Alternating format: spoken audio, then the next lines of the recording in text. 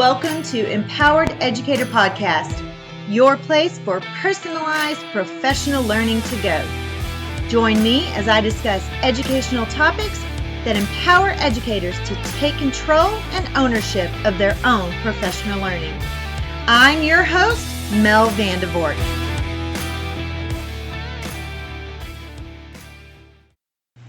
During my first episode, you heard me refer to professional learning rather than professional development.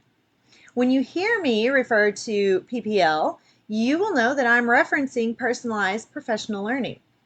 This doesn't mean individual only, though.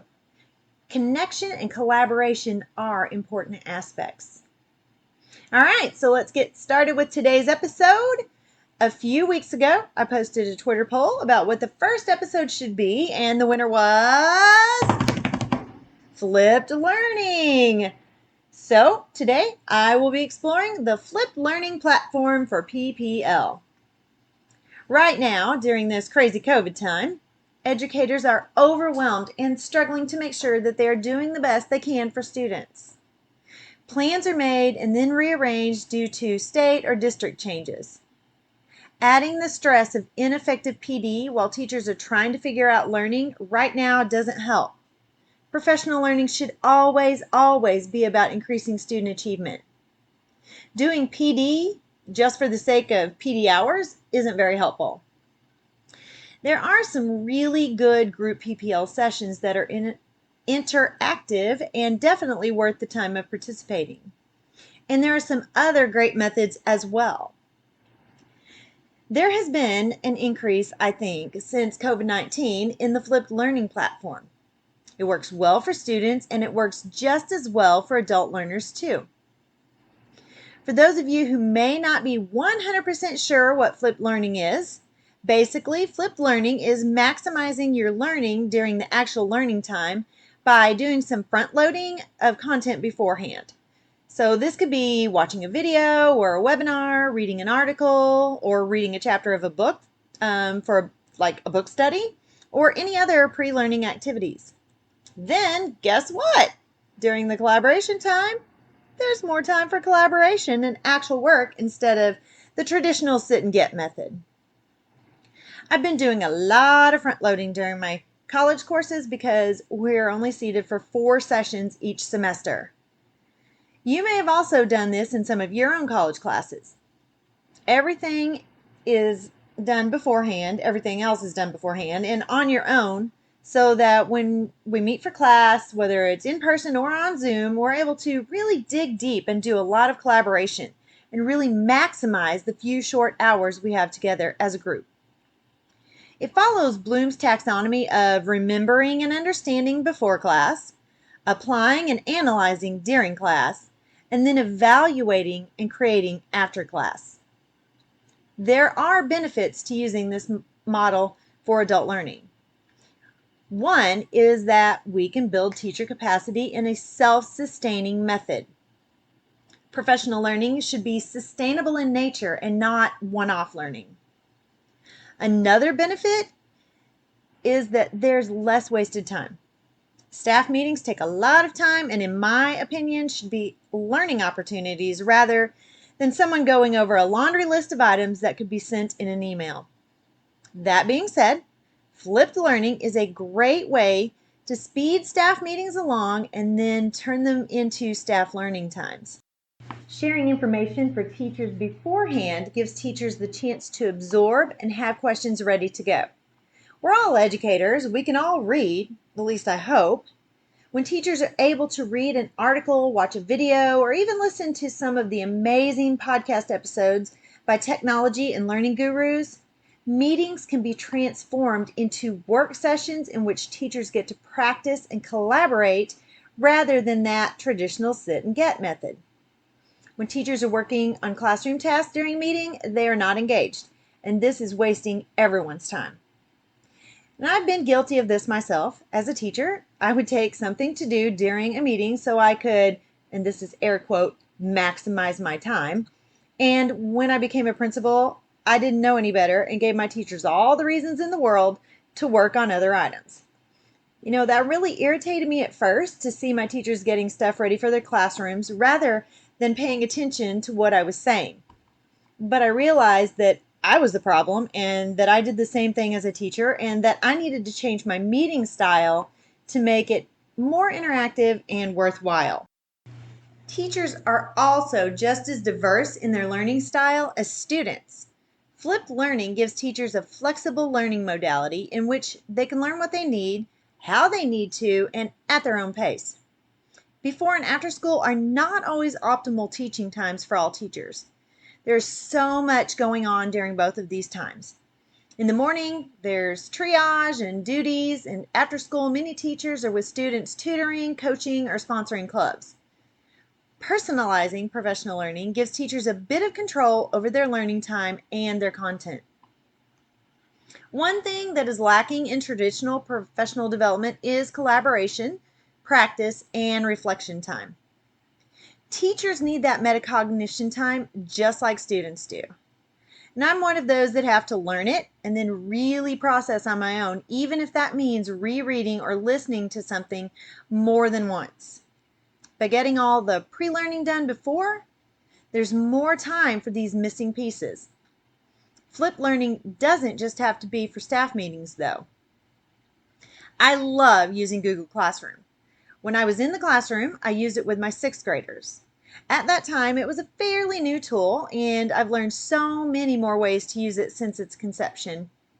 When I became a principal, I started using it as a way to house and archive important documents that I wanted my teachers to be able to access at their convenience and if they needed to find something later on. I soon realized what a great tool this could be for professional learning, though. Using Google Classroom as a professional learning tool is invaluable to me as a lead learner. And you do not have to be a classroom teacher to find benefit from using this great tool.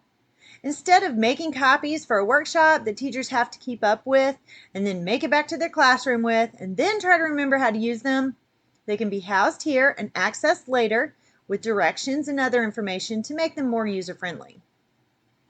I've actually joined a Google Classroom PPL hosted by Bethany Rogers, in which she houses documents that I can access when I need them. I'm in another one hosted by Sarah Thomas, founder and CEO of EdgeMatch Publishing, in which she has housed all the documents and directions for a collaborative anthology that several educators and authors are working on. I'm hoping to be one of those authors one day. On Casey Bell's website, she has a list of ways to use Google Classroom in professional learning. I've included the link in the show notes. So a couple of the items that stood out to me that were on her list were that you can use it as a follow-up to face-to-face training, as ongoing support and coaching, and then for self-paced work. Anything that you do self-paced can be housed there. Teachers learn at different paces, just like students do, so flipped learning works well for everyone. I'm very good at technology and don't usually need to sit through a session learning how to use a new technology tool. I like to play with it, Google anything I can't figure out, and then, if needed, get some help. I learn technology best this way because I have to process things. Other teachers need to be walked through every single step of using a new app or technology tool or program. Rolling out information and links can get teachers started so they get used to the tool and come prepared to a learning session with questions already ready to go. Teachers that don't need to learn can help other teachers during this session. So this is just like in the classroom. Students that already know it help other students. Learning time is maximized and human resources are leveraged for efficiency. As you can see, Classroom can be used in so many ways that using it for professional learning seems like a no-brainer to me. Superintendents, principals, ed coaches, tech coaches, and anyone else who's doing professional learning can use Classroom as a flipped learning tool and connect with other educators in other districts as a way to relieve some of the pressure that comes with making sure that professional learning is relevant and sustainable. Flipping professional learning doesn't have to be just in one district alone. Share the responsibility with other districts and really supercharge your professional learning. Edpuzzle is another easy-to-use online tool that can be used for flipped learning and supporting teachers. It's basically a repository for videos that can be made into interactive lessons. Questions and information can be embedded in the videos and then assigned to groups or specific learners. This can be personalized for asynchronous learning in specific areas of need, such as, say, technology tutorials, SEL, which is social emotional learning, well, pretty much any topic. Teachers can then collaborate with each other and with other learning leaders. Principals and cooperating teachers can post videos with embedded questions for deep, rich thinking or other information for new teachers to watch at their own convenience. These videos will be there ready for any teacher when they need them and can be watched over and over as many times as needed. Edpuzzle makes adding videos amazingly easy also. When you install Edpuzzle, a button automatically pops up in every YouTube video and you can add it straight to your collection if you need to.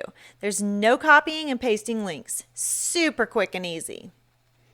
You can also create your own videos using Screencastify, Flipgrid, Adobe Spark, and a lot of other video tools. I would also like to encourage you that if you're going to take the time to create videos, post them to your own YouTube channel so that others can benefit from them too. Like I've said before, every educator has great information to share, so don't be afraid to. Okay, y'all, we've talked about the why and touched on some of the benefits of using flipped learning. But when you start flipped learning, there are a few things to remember. Number 1, plan. Make sure there's a good structure to the learning. Know your reason or purpose for the learning and the method.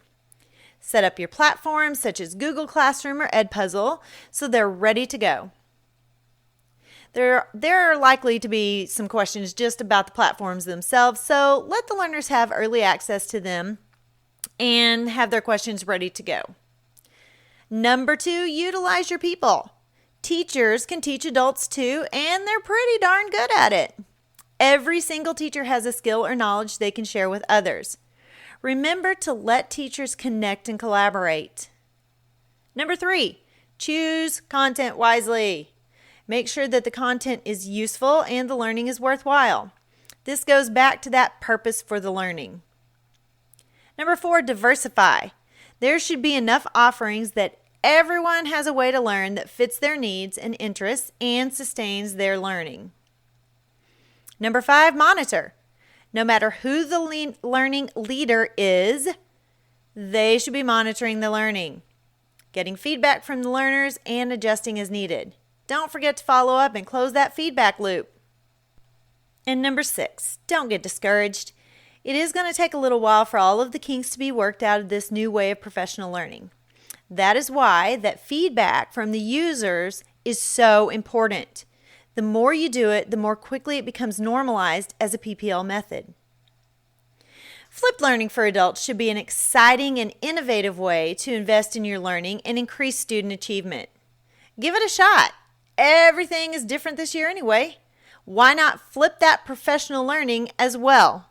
All of the information and links from today's podcast will be on my website, empowerededucator.com. You can also find Empowered Educator Podcast on Spotify and Stitcher.